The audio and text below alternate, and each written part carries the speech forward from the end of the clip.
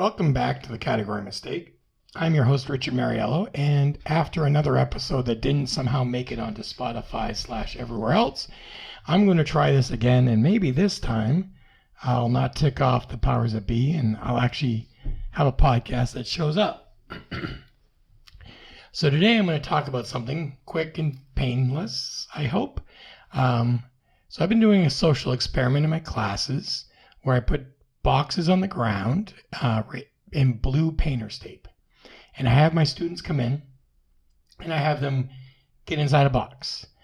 And then I go and start asking them, if you think you're an athlete or an artist, get in this box, get in that box.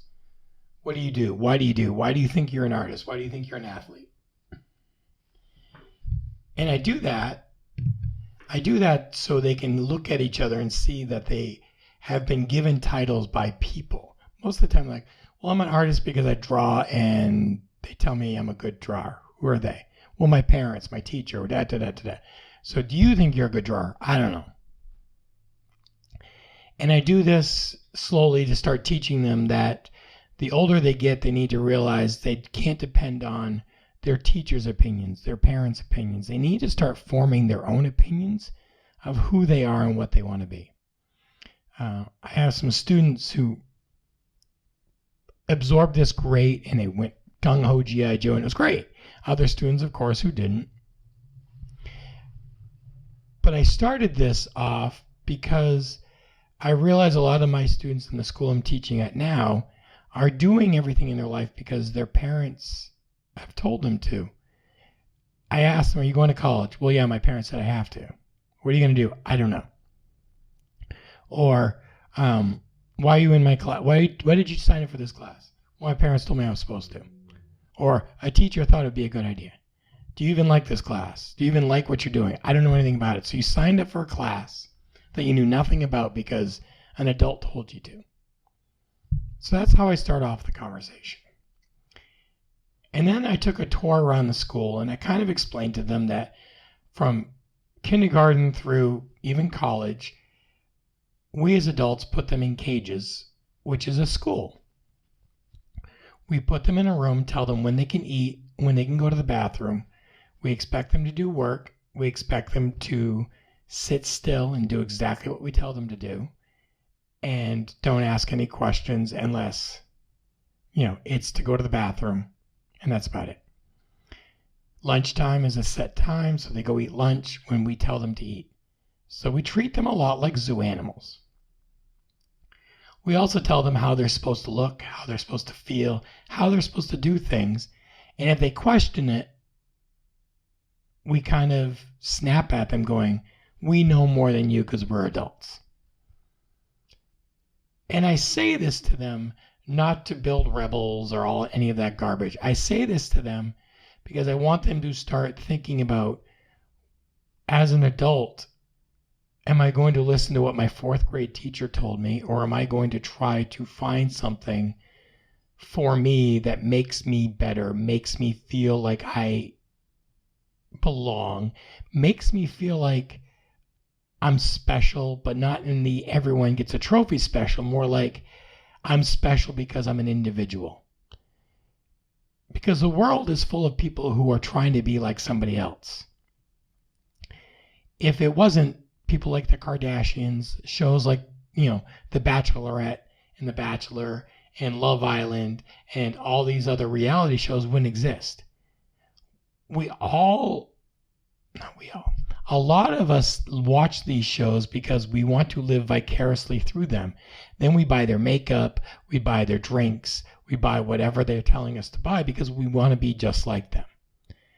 I'm explaining to my students with this exercise that it's not about being like Kim Kardashian. Be like you, because you're the only you there is. Good, bad, or ugly, you're you. Trying to be like somebody else will not make you that person. So stop trying to force yourself to fit into a box that you don't belong in. Build your own box. Make it a trapezoid. Make it a hexagon. Make it a circle. Make it whatever you want it to be. And here's a funny part. This is the part that threw me off. I had some, football players. I love football players. And one of them said, why are all teachers liberals like you? Now, I have been called many, many things. Many things. Liberal is not something I've ever been called to my face or in reality. Heck, I've had some of my podcasts banned because they think I'm too right-wing. Because the things I say are questioning the so-called authority, and because I'm not someone like Joe Rogan, I don't get the permission to say obscene things, or not obscene, but questionable things. So here's the thing. I asked him, I said, why do you think I'm a liberal? He's like, well, you want us to find ourselves. You want us to be ourselves. You want us to make our own path. I said, why is that a liberal? Well, liberals only care about giving out trophies and making us all feel special. I said, I'm not trying to make you feel special. I want that when you're 30, you don't have $500,000 of college debt because you went to school to do something that your fourth grade teacher thought you might be good at. If you want to go to college, I want you to go to college for something you want to do, that you're passionate for. If you want to go to a trade school and become a plumber, I want you to do it because you want to, not because your great aunt Ida told you that you need to be a plumber. Doing something because an adult thinks it's a good idea is stupid. And that's the truth.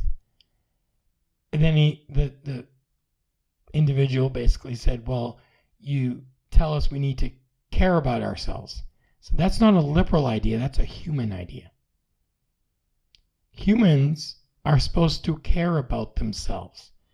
They're supposed to understand who they are, the good, the bad, the ugly, and find which parts of them are the best and which parts of them are the worst, and try to do more good than bad. That's not a liberal idea, that's a human idea. And I think this is where, in America, in other places, we're losing touch with ourselves as a human race.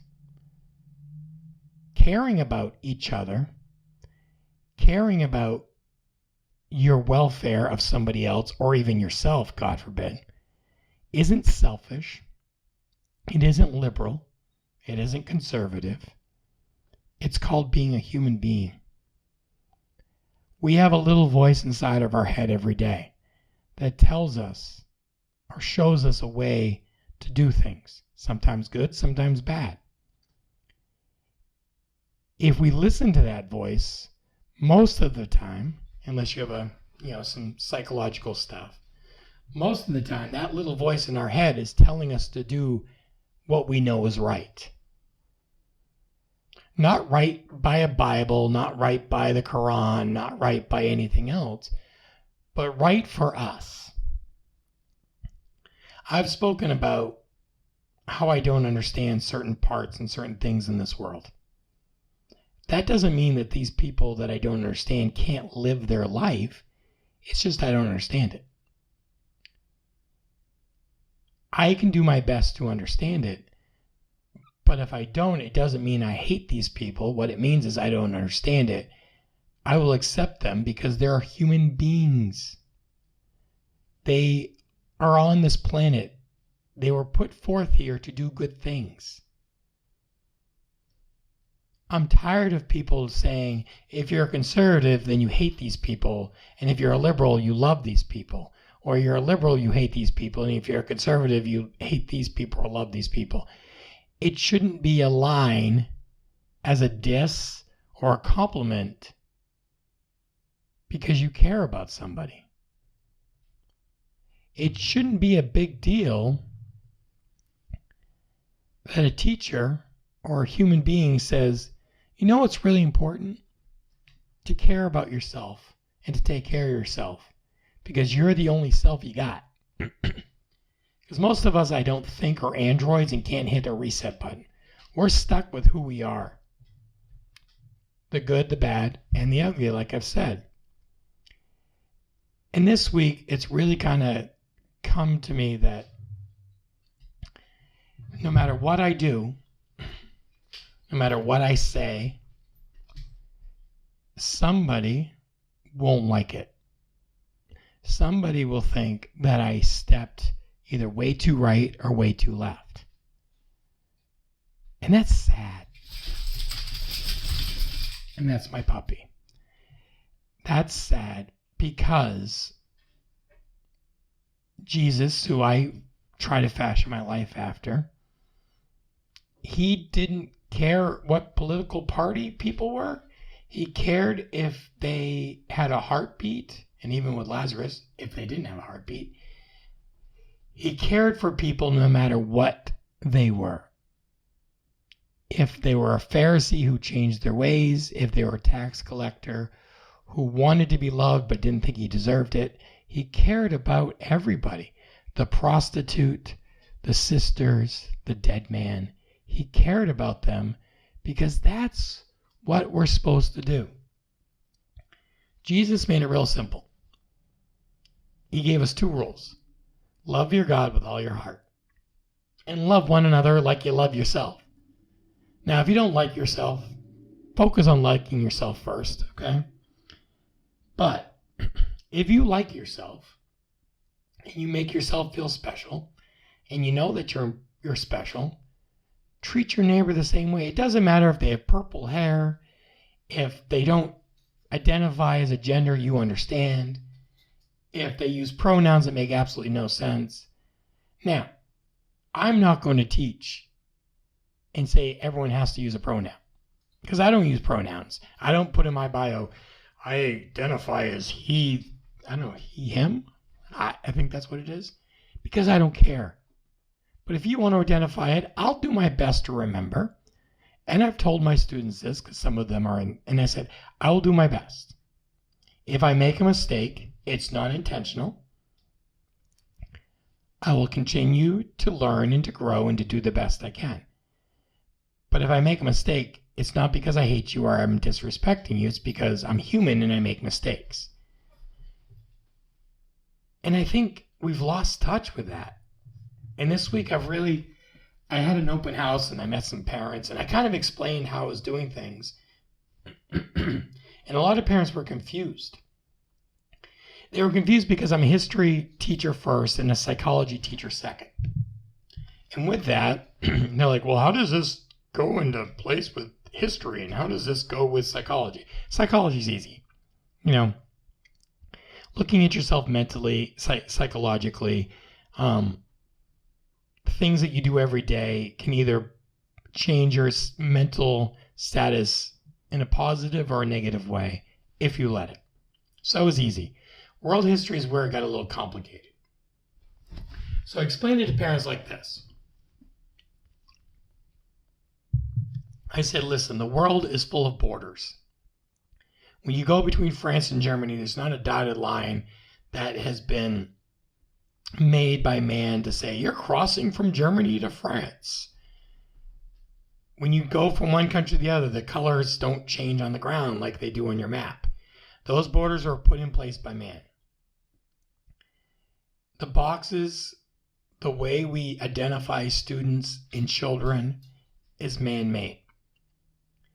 We tell kids they're too young to do certain things, but they should be older and do other things. We tell them not to use their imagination, but then we say you're just a child. I think Peter Pan was kind of right. The older you get, you lose your imagination. And when you lose your imagination, you lose your love for life. You lose your passion. So I told my students today I want to see their imaginations in their projects, in their ideas, in their everything that they do. And I told their parents this last night, or Wednesday night. I don't know what day it is today. So during the open house, I told the parents this. And why did I tell them this? Because parents have been, and I'm a parent, I can say this, at least on my avenue, and I'm a teacher, so I've kind of talked to parents. Parents have been programmed that their student needs to do A, B, and C to get this grade. That to get the good grade, they need to fit in this box to exactly this way, and if not, they fail. And then they get stressed and they yell at the student yells back, and da da da da. I told them I don't do it that way. I want to see their student for who they are. And I can't do that if I just say, answer question 1 through 10. Just put your name on the top. Have a good day. That's not how it works. In the real world, if you're at a job, your boss doesn't give you a questionnaire 1 through 10, and if you answer it right, you get to keep your job. No, you learn. You have on-the-job experience. You start not knowing a lot, and the more you do it, the better you get at it. And some jobs are mundane, but other jobs, you kind of move around and learn. You could be a welder and start off welding very poorly and maybe really, really poorly, but your boss is giving you time to learn, and later on you're good because you were given time to grow, expand, and change and learn how to weld in a way that worked for you. Same with electrician, same with teachers. I teach differently than I did 4 years ago. I understand that my students are different in this school than my last school. I understand the parents are different in this school than my last school. And because of that, I've had to change the way I teach. Now, I will not change my passion for teaching, but the way I teach has changed. So, world, listen, I'm not a liberal. I guess I'm not a really good conservative either. At least not the conservative type that people think of conservatives today. I'm a person who believes that every life matters, that I don't want to spend a lot of money of my own bailing out people who don't need to be bailed out but feel like they do because they're special. But I also feel like we need to treat each other as humans better. And until we do that, all the other problems we have won't go away. Step 1 is talking to one another with respect and dignity, and talking to one another and actually caring about one another. Caring about yourself, caring about one another. If we had people in the world, if we had the Elon Musks and the Jeff Bezos and the Bill Gates and the Warren Buffetts who cared about the human race as much as they care about themselves, there would be no world hunger, no homelessness, probably a lot less drug issues. Infant mortality rates would go down, and wars would probably end. But unfortunately, people like those gentlemen, unfortunately just gentlemen, there's other females and there's other people with money too, but those are the ones that most people know. They don't put their money into things to help the world. They put money into things that help themselves. Elon Musk is not making electric cars because he wants to save the planet. He's making electric cars because people will buy them. That's it. Jeff Bezos buys bridges and moves them because his super yacht doesn't fit underneath it. Don't be like these people, because they're not helping mankind. They're helping themselves. And you can help yourself. But once you're good, once you're in a spot where you're secure, take that time and help your neighbor. Help somebody else. Because there's a lot of people right now who can't help themselves. Because, maybe someone passed away. Maybe they have a mental disorder. Maybe they had a drug addiction and they're trying to get out of it. Maybe they were in prison and no one will give them a shot. Maybe their parents left them and they're a foster kid or adopted. Maybe they're just having a bad month, bad year. Is it going to hurt to buy a cup of coffee for somebody? You're spending $10 at Starbucks already for a pumpkin spice latte. Get them a hot coffee. Get them a Danish. Do something small to show you care. Because it will change their day. If you just do that, you'll change someone's day. Now, some people are going to be cranky no matter what. But 80% of the time, the person you're trying to encourage through helping, through a small act of kindness, might not be able to thank you in your face because you did it without them knowing. But their day, their week, their month, their year, everything about them may change because you spent a minute caring about somebody else. The last thing I told my students, the last big point I made to my students is this. We have become so busy filling in the void of loneliness, filling in the void of our lives. We have to stay busy, that we have forgotten to look at the beauty around us. So I challenged my students this weekend to go outside, where the sun is, and for 5 minutes, set the timer 5 minutes, sit down and just be quiet for 5 minutes. I think as adults, we've forgotten the beauty that's around us. We've forgotten what the point is. Our world is a beautiful place. We spend so much time on social media, computers, tablets, televisions, our phones, that we forget that the world is a beautiful place. And if we don't go outside and enjoy it, what are we doing? Take 5 minutes. Get some quiet into your life. Get some peace back into your life. That's it. That's the podcast for this week.